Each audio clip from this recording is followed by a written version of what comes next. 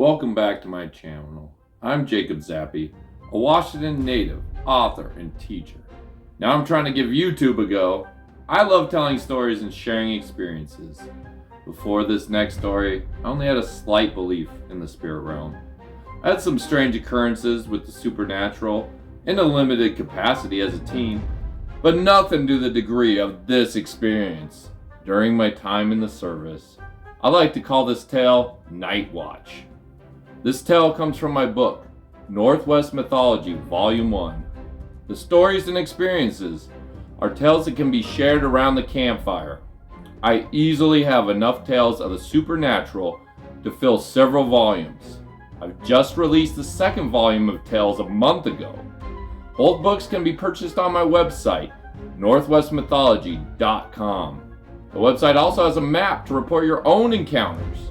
If you enjoy tales like these of the supernatural, make sure you smash that thumbs up button, click the subscribe, turn on the notifications so you don't miss another video. I'm uploading new videos weekly. I'm trying to get to 1,000 subs so I can monetize my channel. Thanks for the support. Now let's get into it. Bremerton is best known for its massive naval shipyard. For over 100 years, the shipyard has been making and repairing U.S. Navy ships. The location makes an ideal place for this operation because of the deep channels and easily defensible position. However, buildings and working on boats can be very dangerous and stressful, leading to many fatalities. All Navy ships with a long history have their ghost stories. Sailors also tend to be a superstitious bunch that like to tell sea stories to their shipmates during the long, isolated hours at sea. During my time stationed at Naval Base Kitsap, I experienced haunting activity on 2 ships that were stationed at the time in Bremerton. The third ship I've just recently toured and had some strange haunting events occur. In all 3 of them, I've had strange supernatural scenarios that are hard to explain. As to why so many sailors report haunted ships, there's a lot of speculation. The following reasons make the most sense to me. First, souls have a hard time finding their way to the realm of the dead through metal. Electric fields farther disrupt this ability. Ships have metal bulkheads with charged electrical wires running throughout.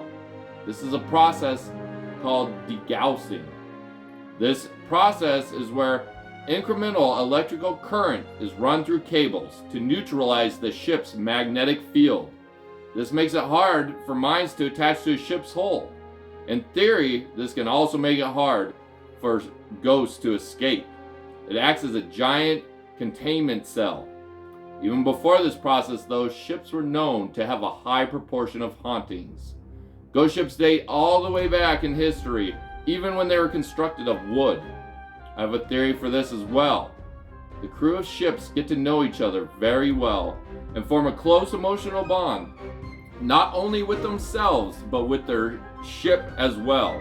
Living and working together in such close confines for years forges a connection that can linger even into death. The ship and crew start to act as a surrogate family during long months out to sea. I can attest to this personally, as I am still in contact with former shipmates almost 15 years since being stationed on my last ship. The final and most horrifying is the violent nature in which most of the sailors die. In Scandinavian traditions, when someone meets a violent death, their soul can become a wraith. Wraiths are trapped where they die, possibly forever, or until they complete unfinished business. The trauma traps their soul where they died. Emotions can act as an anchor that chains them to the physical realm. Some legends say that holy people can put these souls to rest. Wraiths appear as dark shadows. They almost look like they're wearing a long dark cloak that trails behind them. However, it is really dark shadowy energy traveling from what appears to look like tattered wisp. With a close enough inspection, they can also appear to have a spectral face. They may have the slightest hints of flesh attached. Wraiths also hate the living and can actively seek to drive them from these areas they're trapped in, or even hurt people if they're able, throwing things and scratching them. as time passed, they can even become more hateful and violent towards the living. Oftentimes, places will become entirely abandoned as these hauntings progress. These factors combine to make it very hard for the souls of sailors who die on board to find their way to the spirit realm, either lingering as a ghost, apparition, or even a dangerous wraith. The first haunted ship in the area, and the most well-known, is the USS Turner Joy. This ship was commissioned in the 1950s and served mainly during the Vietnam era. It was involved in the Gulf of Tonkin incident that was a catalyst for starting the Vietnam War. For people not familiar with the incident, when the Turner Joy and other ships in its battle group, they claimed to be taking fire from North Vietnamese patrol boats. This was then used as an excuse to start attacking Vietnam. Decades later, with the release of the Freedom of Information Act, President Johnson was on record saying that the reports were never verified and the ships could have been shooting at whales. He insinuated that the incident was just an excuse to engage in warmongering and profiteering. The number of souls that died because of the war is staggering, with an estimated 2 million civilians deaths, 1 million North Vietnamese deaths, 250,000 South Vietnamese, 58,300 Americans, 4,850 allies from other countries. That's a lot of souls that might be holding a grudge against this ship. It acted as the tinder that ignited the explosion that was in the South China Sea.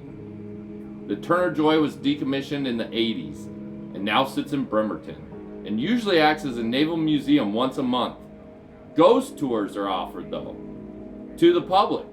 The tours have produced several strange encounters, including objects thrown, loud banging on bulkheads, and heavy metal doors being slammed shut. I recently attended one of these tours with my wife. I will say that I experienced what I would consider a moderate amount of supernatural activity. That tour experience would take up a whole video by itself to tell properly, and may be featured in a future video or a story in a future volume of my book series. The incident that most likely led to the hauntings was a gun mount explosion. 3 sailors were killed in the blast. They're probably the ones haunting the ship. That's the perfect scenario for ghost or race. Also, the souls had unfinished business. They were supposed to be firing the gun. They suffered a violent and sudden death. And most importantly, the souls might be trapped in the metal structure surrounded by the electronic wires, creating the degaussing effect. This prevents them from escaping to the spirit realm. I also heard of another sailor on that tour who died from a fight with a shipmate. The tour guide claims to have an EVP, an electronic voice phenomenon. He played it on the tour, and while something can plainly be heard, it's hard to verify it is what he suspects the recording is saying. He claims it is the voice of the spirit of one of the sailors involved in the fight, cursing the other one. I was not so convinced. Overnight tours are offered. As with most ghost experience, most of the activity takes place during the transition hour, when the veil between the world of the living and the dead is said to be the thinnest. That's the hours between 2 and up to 4 a.m., with the most supernatural activity happening right around 3 a.m. This time's called the witching hour. It is the time when witches were said to do spells, as they could more easily communicate with spirits and other supernatural beings. In addition, the spells that were cast during that time were believed to be more potent. Some of the spirit energy would sink into the spells. It is also the time when most spirits or other world beings are active. If you want to have an encounter with a spirit or supernatural entity, that is a great time to do an investigation. If you're brave enough to take this Turner Joy tour, I caution you to first know the risk associated with wraiths and ghosts. They can attach themselves to visitors and follow them to their homes.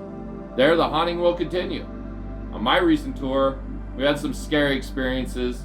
We had lots of EMF readings spiking when we were asking questions about being a sailor. Some electronical equipment and lights were also acting strangely. If you're looking to get into ghost hunting, this experience offers one of your best chances of coming into contact with something.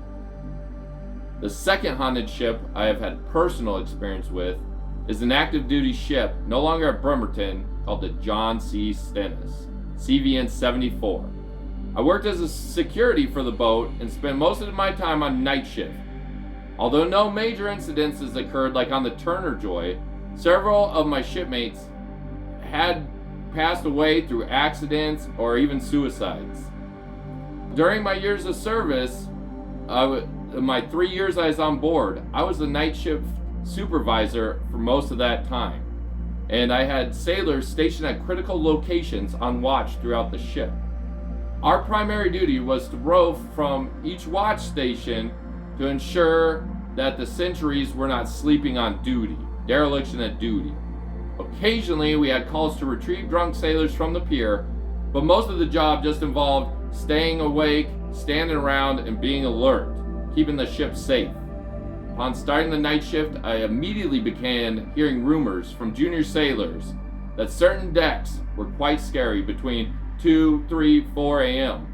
The sailors reported hearing strange whispering, banging, and unexplained cold spots. Radios would quickly lose their charge, malfunction, static, all sorts of things.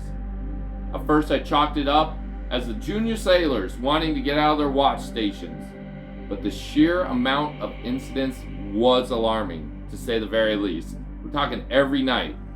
Finally, after receiving countless reports of strange noises and unexplained equipment malfunctions, I started to experience them myself.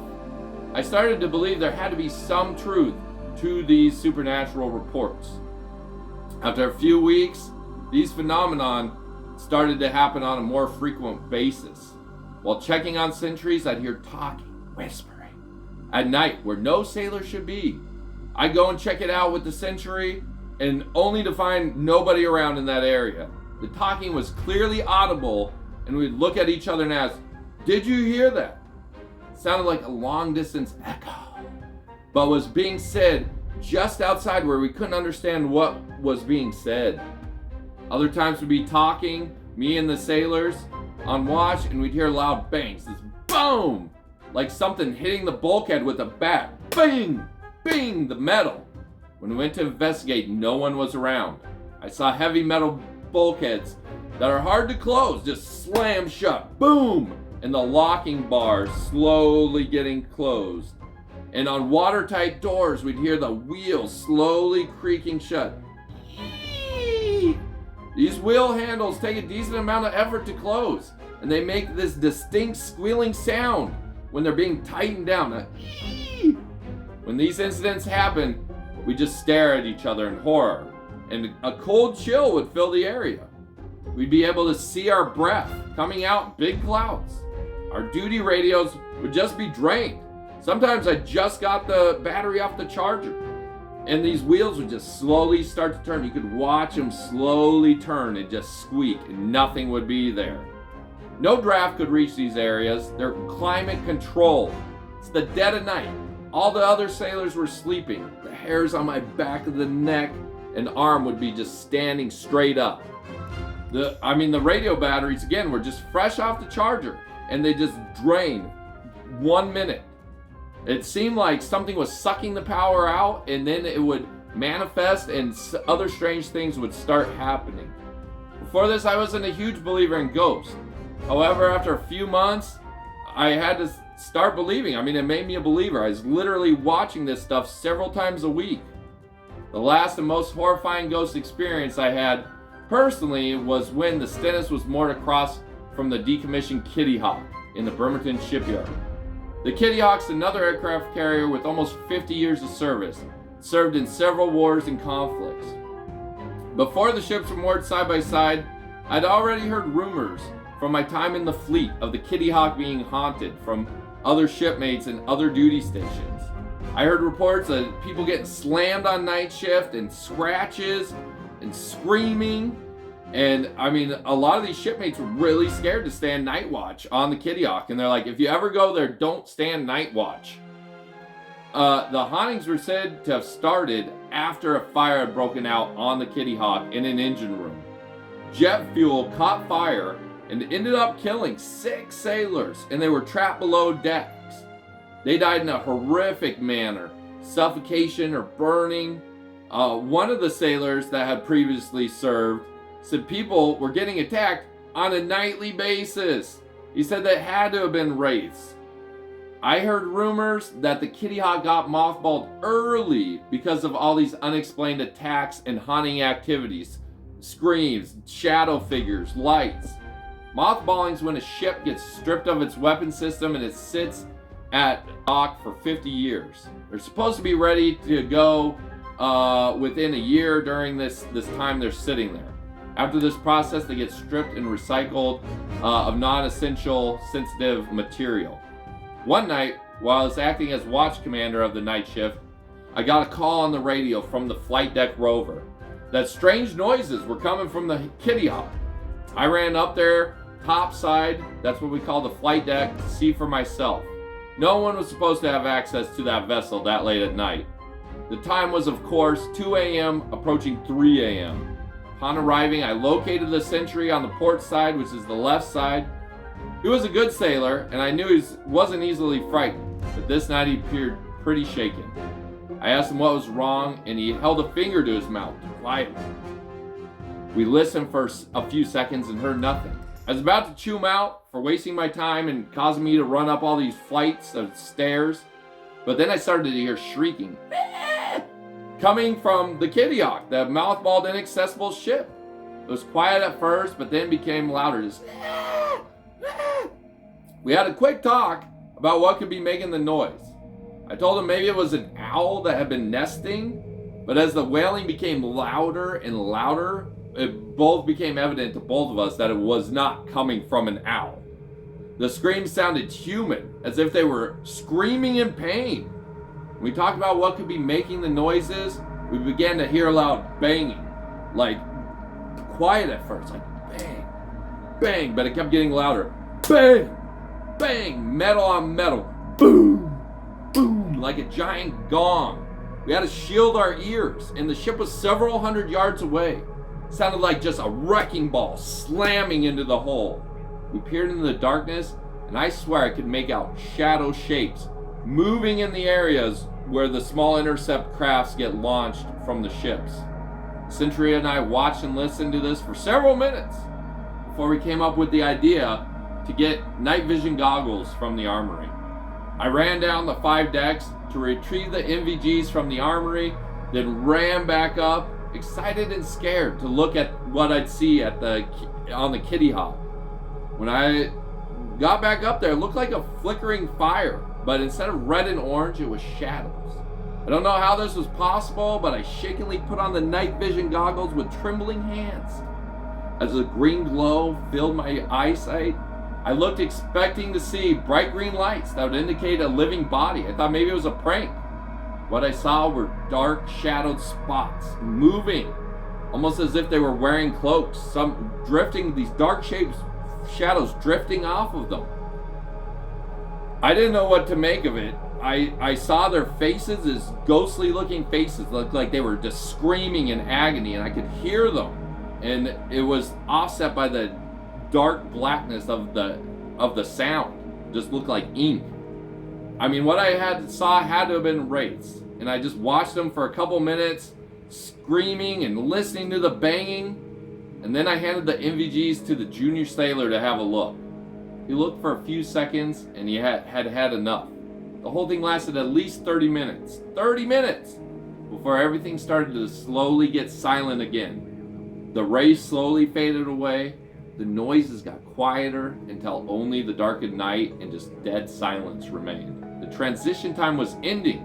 It was like a door to the spirit realm slowly shutting. I didn't enter the experience into my watch logbook or report it to my superior petty officer on the day shift. Like, who would believe this story? I didn't know what to do. And even if they did believe me, what could be done? I don't know what went on the Kitty Hawk that night. I saw and heard things that would be very hard to fake. I talked to many other shipmates that reported hearing and seeing many strange things very similar to that coming from that ship. Maybe when the Kitty Hawk finally gets broken down into scrap, the trapped souls can find peace. Recently, the ship was tugged to Texas to be disassembled for scrap. This is bittersweet, as the boat has been involved in many historical events. with the ship getting cut apart, maybe the souls can finally escape and find rest peacefully in the spirit realm with their ancestors. I heard the Navy sold it for only $1, and they have some convoluted explanation as why they did this. But I think the Pentagon knows there are trapped souls on there, and they want to try to get them released before it becomes well known and there's public uproar, or more people could get hurt potentially. So in conclusion, guys, I want to thank you for watching till the end. This is just one story of the supernatural occurrences from a region chock full of them. It wasn't until I left Washington, after I enlisted in the Navy, that I realized that not every place had so many stories. If you talk to 10 Washingtonians, chances are good that at least one of them will have a story to share about the supernatural. Growing up here, I thought that was normal. But apparently, that's not the case. In other areas, they don't have all these stories. I hope the shipmates, souls that are trapped on these ships, find peace. I hope the Kitty Hawk sailors that died find rest and join their ancestors, if that is indeed what I was experiencing. Leave a comment below letting the world know what you think the reason so many of these ships are haunted is. If you enjoyed what you heard, make sure you hit that thumbs up, subscribe. Like I said, we're trying to get to 1,000 subscribers so I can monetize. Turn on your notification so you can stay up to date when videos drop. I'm trying to upload new videos of the supernatural weekly. I write this content. These are my stories, so you can only find them right here in my own words, at least. If you want to support my writing, make sure you pick up a copy of my book. Visit my website, northwestmythology.com. It'll be linked in the description. I love weird sea stories. I look forward to sharing many more. What's your favorite sea story you've heard from your own tales or a relative? Thanks for watching.